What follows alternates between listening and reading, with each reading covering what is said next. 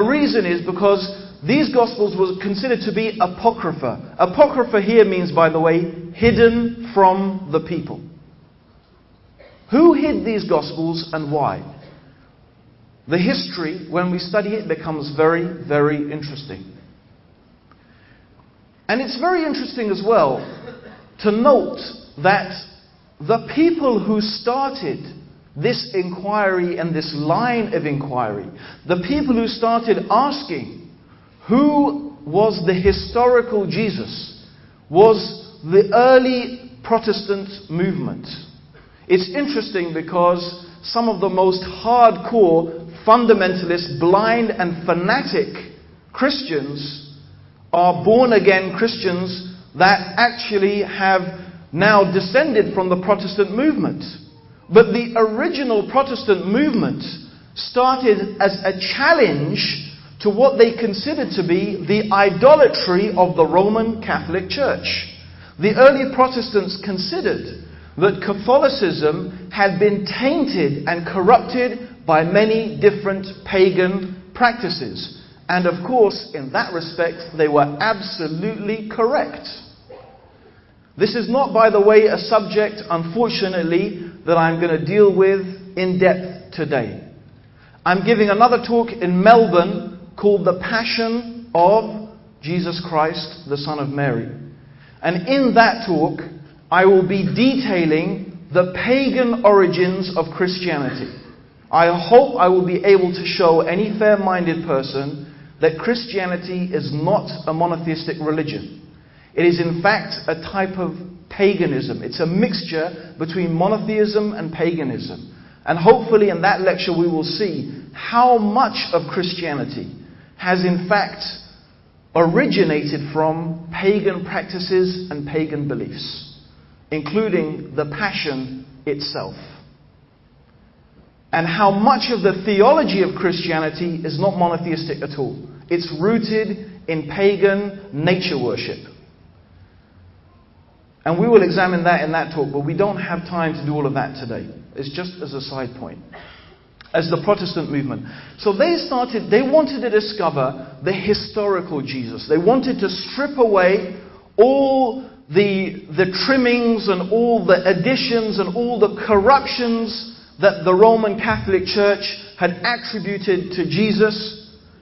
Mariolatry, the worshipping of Mary, the worshipping of saints, the adding of sacraments, and so many practices and so many teachings and so many beliefs that in their opinion Jesus had never sanctioned and Jesus had never taught.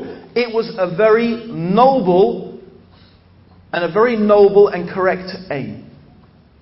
And that's what they started to do that. And they started to begin to ask, we want to know the historical Jesus. We want to know the Jesus of history. Not the Jesus of mythology. Not the Jesus of theology. But the true Jesus. What did he really say and what did he really do? And so to discover that, they started to examine and analyze very closely, perhaps for the first time in hundreds and hundreds of years, they began to analyze the literature that they had available, the Gospels. And then they began to ask this question, the historical Jesus. Who was the real Jesus of history?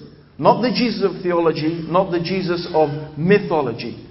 But what did he do and what did he really say? And that's when they began this form of criticism, biblical criticism. And to do that, they had to try and discover the history in those texts. They had to try and see which and how much of these texts were truly historical. Now it's very interesting that we still have the writings of many, either directly or quite often indirectly being reported by other writers, of what are known as the church fathers, the founding fathers of Christianity. People whose names you're probably not familiar with. People like Origen, Clement, Papias, Irenaeus. These were some of the names of the people who were the early founding fathers, the scholars of early Christianity. And it's very interesting to find that also we find in their writings, what have survived of them, they are quoting from Gospels. But the quotations and the things that they quote, we don't find in the Gospels that we have in front of us today. In fact, theologically, in terms of what they believed about Jesus and what they believed about God, they held a very different position. And their attitude, in fact, to the documentation and the accounts that were in front of them was very much more like the attitude of modern biblical scholars today. They analyzed things. They tried to find out, what did Jesus really say? And they had that same problem then. And they were almost contemporaneous. We're talking only within 100, 150, 200 years after Jesus. Even then they were asking, and they were trying to sort through all the different information available. But what happened? What really happened? What really took place? What is the true historical Jesus? We have clues within the Gospels themselves. And what we really find emerging is two completely different types of Jesus. We have the Jesus of history. The Jesus of history comes across as a man who ate, who breathed, who walked, who lived, who died,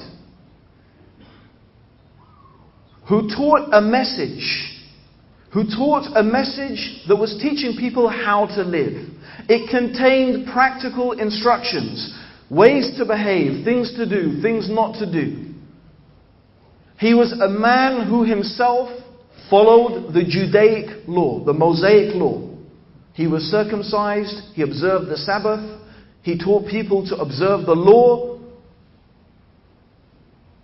And there are sayings attributed to Jesus along the lines of that whoever abandons even one iota or one dot of the law will be considered least in the kingdom of heaven.